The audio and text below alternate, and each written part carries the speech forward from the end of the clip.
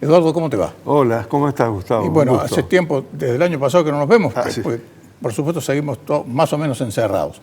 Bueno, he leído algunos artículos tuyos que tienen que ver mucho con lo que está sucediendo en este momento y que esos artículos se refieren concretamente al liderazgo. Y ocurre que los argentinos creemos en los líderes, es decir, desde siempre hemos creído en los líderes. Y en consecuencia nos encontramos ahora con un vacío de decir, bueno, ¿y ahora quién? Porque decimos, bueno, supongamos que Fernández se va. ¿Quién? Después, ¿quién? Entonces, si buscamos en la oposición, están todavía allí peleándose como perros y gatos. ¿Cómo ves este panorama general? El problema es que la pregunta que vos me hacés de liderazgo, para ejemplificarlo, me hace acordar una pintura, había padre e hijo, Bruegel se llamaba, en 1600, sí. 1500. Y ahí aparece un cuadro donde aparece un señor y una fila detrás de ese señor, y todo con los ojos vendados. Y adelante de ese señor un precipicio. O sea, los líderes te pueden llevar al precipicio. Exacto. Si no hay conciencia. A la luz de la experiencia de Argentina, carecemos de liderazgos sólidos que no nos lleven al precipicio, atendiendo cómo vivimos y los diálogos de todos los días que tenemos todos los ciudadanos de Argentina. Hay un problema de emergencia de liderazgos auténticos y hay un problema o una pregunta que es ¿por qué hemos caído en esta pobreza de dirigencia? Porque no es de un solo área o bando, por decirlo de alguna manera. Es generalizado. El concepto es generalizado. Y eso tiene que ver con la caída o la pérdida de valores sólidos. Hay una escritora de ciencia política que dice, vos podés tener todas las luchas por el progresismo o por el conservadurismo que quieras. Se llama Chantal Mouffe. Pero no tenés que tener 4 principios básicos de convivencia, si no es la anarquía. 4 principios que definan, sobre eso no discutimos. Es lo que no tenemos. Claro. ¿No? Acá se discute absolutamente todo y no es solo eso, sino que algunas medidas que aparentemente pueden llegar a tener apoyo, al día siguiente es marcha atrás. Entonces, es decir, no sabes, estás en una nebulosa, no sabes exactamente dónde estás parado. La complejidad del país no lo tiene que descubrir Eduardo Dalmazo. Hace 50 años que este país está en retroceso desde el punto de vista cultural y educativo. Si me atengo a la educación, ya ahí tengo un elemento clave para decir este país ya ha retrocedido. Sí, seguro. ¿No? Y cuando el presidente de la Nación te dice que no tiene que haber mérito, es decir, ponen sobre temas que no podría discutirse, sobre la necesidad del mérito. Ese es uno de los temas sobre los cuales no habría discusión alguna. Absolutamente, te hace falta. Que ahora que vos me digas que el mérito debe estar basado en igualdad de oportunidades, de acuerdo. Y una sociedad, por ejemplo, cuando vino todo el sistema educativo en la Argentina, post-inmigración y demás, era para igualar y las posibilidades de que el mérito llevara oportunidades a distintas personas. Bueno, y así fue como se creció. Así fue como bueno, y eso fue una educación de vanguardia en América Latina. Claro. Si vos dejás que esta bola de nieve, la educación, siga cayendo, ¿cómo va a hablar? Claro que no va a hablar de mérito, porque los que no están dentro de la posibilidad del mérito no lo quieren. Claro. Y los que no tienen claros sus valores cívicos me refiero, tampoco lo quieren. Porque si hubiera mérito y hubiera claridad sobre lo que significa, serían fácilmente identificables como que no deberían ser los representantes políticos. Claro. ¿No? Hay una relación entre cultura, educación, valores y el tipo de liderazgo que asoman. En realidad hemos tenido algunos momentos de liderazgo que se pierden a sí mismos por la cultura. Yo había notado en algunos puntos, decirte, bueno, ¿dónde se equivocó Menem? Y no voy a hablar de política económica ni nada. Simplemente, cuando viene el efecto tequila, en el 95-94, no fue capaz con el ministro de modificar la política del 1 a 1. Con lo cual, toda esa política que estuvo muy bien armada al inicio, creó las condiciones para la crisis brutal que hubo después. Eso es cultura. ¿Cuál es la cultura ahí? Querer seguir en el poder. El poder es moi, como diría Luis XIV. O sea, yo soy el poder, lo demás no existe. Claro, eso significa falta de conciencia democrática. Voy a hablar de otra persona que hizo malabarismo con la política después de la crisis del 2001-2002, Carlos Kirchner. Los primeros 4 años, más allá de algunas perlas que uno sabe y conoce y es como para criticar fuertemente, sus 4 años primeros fueron racionales en términos de había que salir de la crisis. ¿Dónde pierde el país? Porque Carlos Kirchner cree que solamente él, su familia, son los que pueden continuar ese poder político. Claro. Con lo cual tiene que hacer marcha atrás con las cosas más racionales de su política. Por ejemplo, para la experiencia inflacionaria nuestra, los superávit gemelos famosos. Claro, Había que perder los superávit gemelos Seguro. porque si no, no se podía continuar la política.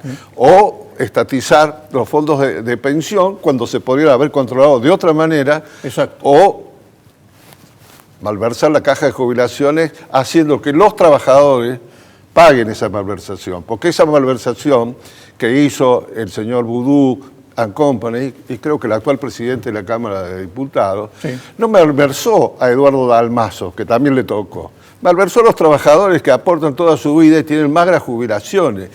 Los sindicatos deberían haber salido en ese momento, pero también está dentro de las generales de la ley de lo que vos planteabas. Claro, ¿no? Eso, ahí sí hay que continuidad del poder de manera absoluta, ¿no?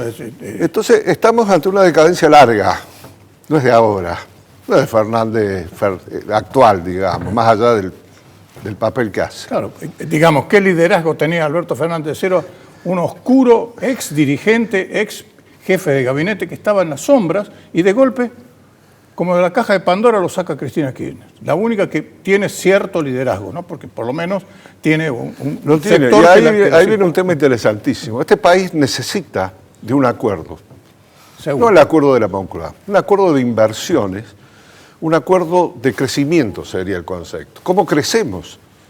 Porque aún la recuperación de la economía en los próximos años me van a llevar a un ingreso per cápita del 2010, suponiendo que crezcamos los próximos 2 o 3 años. Sí, sí. O sea que en el 2010 vamos a tener un ingreso per cápita, perdón, dije igual no, menor al del 2010. Si eso no es decadencia, ¿qué es? Es retroceso. Es así está retroceso, este país, claro. porque eso es falta de bienestar. ¿Dónde se evidencia eso? En el 40 y pico % de pobreza que tenemos y de los cuales los que están en condiciones de indigencia son crecientes. ¿No? Entonces, pero para colmo, Eduardo, gente que muy difícilmente en un corto lapso pueda salir de esa situación, ¿no? por supuesto, Dificilísimo. es todo un proceso y una energía que hay que poner y entonces el país tiene que enfrentar, fíjate lo que venimos enfrentando, falta de ahorro, evasión de capitales, los costos financieros de la deuda y hacer frente a esa pobreza que hay que sostenerla.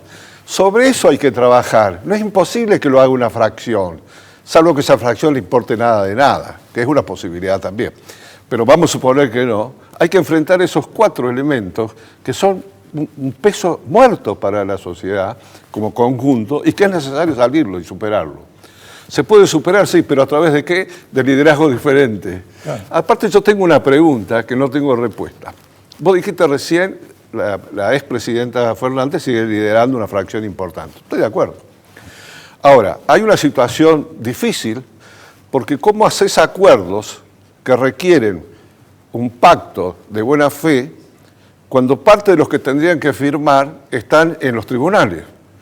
Exacto. Este es un problema... No, pero además la actitud que tienen. Es decir, porque ellos creen que tienen la verdad absoluta y no hay forma de que vos puedas entrar en su cabeza y decirle, señores, aunque vos pienses distinto, tenemos que acordar, porque si no este país estalla. Obviamente. Pero lo que yo iba, Gustavo, es que si no, es muy difícil para esa fracción que lo único que quiere es defenderse judicialmente, ir a un pacto de acuerdo. Claro. Eso es lo que hace absolutamente difícil el tema. Por eso hay voces que dicen que salga un perdón, ¿no? Pero el perdón significaría dejar en claro el retroceso en la cultura y los valores de la Argentina. ¿Cómo montás algo? Por eso es muy difícil. Tiene que emerger otras cosas que no se pueden prever, pero necesitamos enfrentar, y aparte que los políticos se den cuenta. Yo hablaba con un político muy destacado en la Cámara de Diputados de la Nación, le decía, la oposición está bien, es el juego que tienen que hacer, tienen que marcar la cancha, pero si llegan a ganar, ¿cuál es el programa? Exacto, no hay una alternativa. ¿Sobre qué va a ser el programa? ¿O van a hacer lo mismo que hicieron en el periodo anterior? Lo cual sería, ahí sí que se armó y no hay salida. Digo, tienen que trabajar sobre la realidad. Está bien, la oposición, la habilidad verbal, encontrar los fallos del gobierno, está todo bien, no objeto de eso, pero hay que trabajar sobre un proyecto. Si ustedes no tienen un proyecto van a volver a fracasar, supuesto que ganen. Entonces nos encontramos ante una falta de acuerdo en el tiempo, una falta de liderazgos, una pérdida en la educación y tenemos que emerger sobre eso. Pero hay que tenerlo claro. Los ciudadanos tienen que tener claro que de ahí partimos, no partimos de otra situación. Yo escuchaba personas de clase media, como vos, como yo, con cierta formación universitaria, estar confiado que con Fernández va a haber préstamo, va a haber una recuperación. Sí. Y eso me lleva a lo siguiente. Tenía un plafón, por eso ganó. La gente que no es estudiosa no tiene ninguna obligación de saber. Yo no le puedo pedir a alguien que no se dedica a estudiar los procesos, la complejidad, que no puedas tener optimismo con el futuro presidente. Es así. Entonces las sociedades emergen en función de la calidad de los líderes.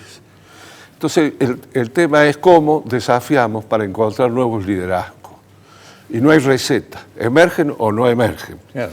Pero lo que tenemos que exigirle a la sociedad y a nosotros es que queremos que los políticos hablen la verdad. Que dejen de hablar del día a día, que hablen la verdad, ¿no? Porque si no, usted se acuerda, mi querido amigo, cuando Macri decía van a venir las inversiones del mundo. Pobreza cero. Pobreza cero, inflación cero, todo era una cosa así, tipo, toco y me voy. Pero no era así, eso no es serio.